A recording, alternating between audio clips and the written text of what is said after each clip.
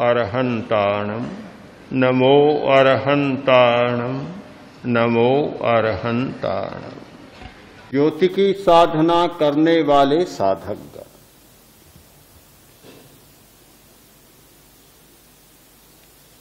एक धार्मिक ने जिज्ञासा की,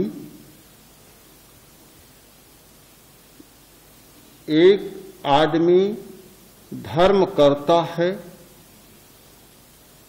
और वह दुखी भी होता है।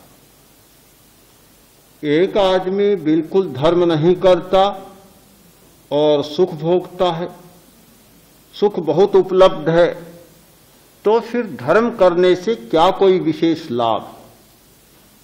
कोई विशेष बात तो नहीं हुई। धार्मिक आदमी भी सुख और दुख दोनों भोगता है और धर्म न करने वाला भी सुख और दुख दोनों भोगता है। फिर क्या फर्क रहा? हमने जीवन की सारी उपलब्धियों की कसौटी सुख और दुख को मान रखा है। एक हमारी कसौटी है सुख और दूसरी है दुख। इन दोनों के आधार पर सारे विश्व की मीमांसा करते हैं, हमारे सारे आचार और व्यवहार की समीक्षा करते हैं। इन दो से हटकर और तीसरी ओर हमारी दृष्टि ही नहीं जाती। तीसरा भी कोई तत्व होगा पर हमें उसका कोई पता ही नहीं, हमारा ध्यान ही नहीं जाता। हर बात को इन दो कसौटियों से कसे बिना हमें शांति नहीं मिलती। प्रश्न बहुत स्वाभाविक था। एक आदमी का प्रश्न नहीं, हजारों हजारों धार्मिकों के द्वारा यह प्रश्न पूछा जाता है और इस प्रश्न को लेकर न जाने कितनी उलझनें होती हैं और न जाने कितने व्यक्ति आस्तिक से नास्तिक बन जाते हैं। प्रश्न था, क्या कोई विशेष बात है? मैंने कहा, हां, एक कोई विशेष बात जो धार्मिक में ही होती है, धर्म न करने वाले में कभी नहीं होती। जिज्ञासा और बढ़ गई। आपके मन में भी जिज्ञासा जागती होगी, ऐसी कौन सी बात है जो धार्मिक में ही होती है, दूसरे में नहीं होती? आप भी जानना चाहते हैं, हर आदमी जानना चाहता है। मैंने कहा, धर्म करने वाला व्यक्ति सुख और दुख ये दो ही होते हैं, इनके बीच में तीसरा कोई नहीं होता। ये विशेष बात एक विशेष घटना है और आश्चर्यकारी घटना है। धर्म न करने वाला व्यक्ति, सुख दुख ये दो ही नहीं होते, इनके बीच में एक तीसरा और होता है और वह होता है सुख दुख देने वाला।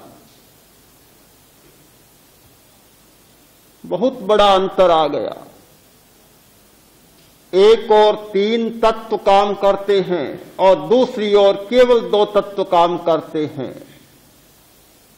जिस व्यक्ति में धर्म का आचरण नहीं है, जिस व्यक्ति में धर्म की दृष्टि नहीं है, वह व्यक्ति जब कभी दुखी होता है सबसे पहले ध्यान जाता है उसने मुझे दुखी बना दिया।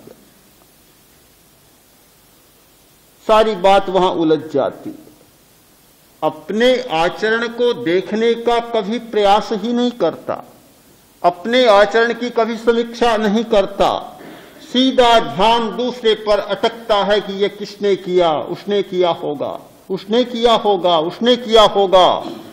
कल्पना का जाल इतना फैलता है कि उसकी लपेट में कितने ही लोग फंस जाते हैं, उलझ जाते हैं और उन सब के प्रति उसके मन में घृणा या द्वेष का भाव जाग जाता है। 3 हो जाते हैं, दुख पाने वाला, दुख और दुख देने वाला। धार्मिक व्यक्ति के सामने यह तीसरा व्यक्ति कभी नहीं आता। उसके सामने केवल दो ही रहते हैं, या स्वयं और या दुख या सुख। कितनी बड़ी उपलब्धि है! क्या यह हमारी कम उपलब्धि है? बहुत बड़ी उपलब्धि। कोई दुख देने वाला नहीं, कोई सुख देने वाला नहीं। वहां सिर्फ बचता है अपना आचरण। सारा ध्यान केंद्रित होता है अपने आचरण पर, अपने व्यवहार पर और अपनी क्रिया पर। उसे आचरण के परिमार्जन का अवसर मिलता है, उसे व्यवहार के शोधन का अवसर मिलता है, उसे अपनी क्रिया के परिष्कार का मौका मिलता है। ये मौका धर्म में विश्वास न रखने वाले व्यक्ति को नहीं मिलता। वह अपने आचरण को, अपने व्यवहार को, अपनी क्रिया को किस आधार पर परिष्कृत करे, वह सोचता ही नहीं कि ये मेरी अपनी ही प्रवृत्ति का परिणाम है। वह तो दूसरे से जोड़ देता है, छुट्टी पा लेता है, अपने को बचा लेता है। अपने आप को बचाने का यह बहुत सुंदर उपाय है, बहुत अज्ञानपूर्ण उपाय है। जब दूसरा सामने आ गया, अपने आप को बचा लिया। खरगोश के बारे में कहा जाता है कि कभी कभी वह ऐसा भी नाटक रचता है। कान बड़े होते हैं, कानों को फैलाकर बैठ जाता है और सोचता है बस अब मुझे कोई नहीं देख सकता। एक कान का आवरण आ गया, मुझे कोई नहीं देख सकता। अपने आप को छिपा लेता है। मुझे लगता है कि जिसकी दृष्टि सम्यक नहीं है वह भी अपने आप को बचा लेता है, छिपा लेता है दूसरे की ओट में, और सारा आरोप उसके सिर पर आरोपित कर देता है।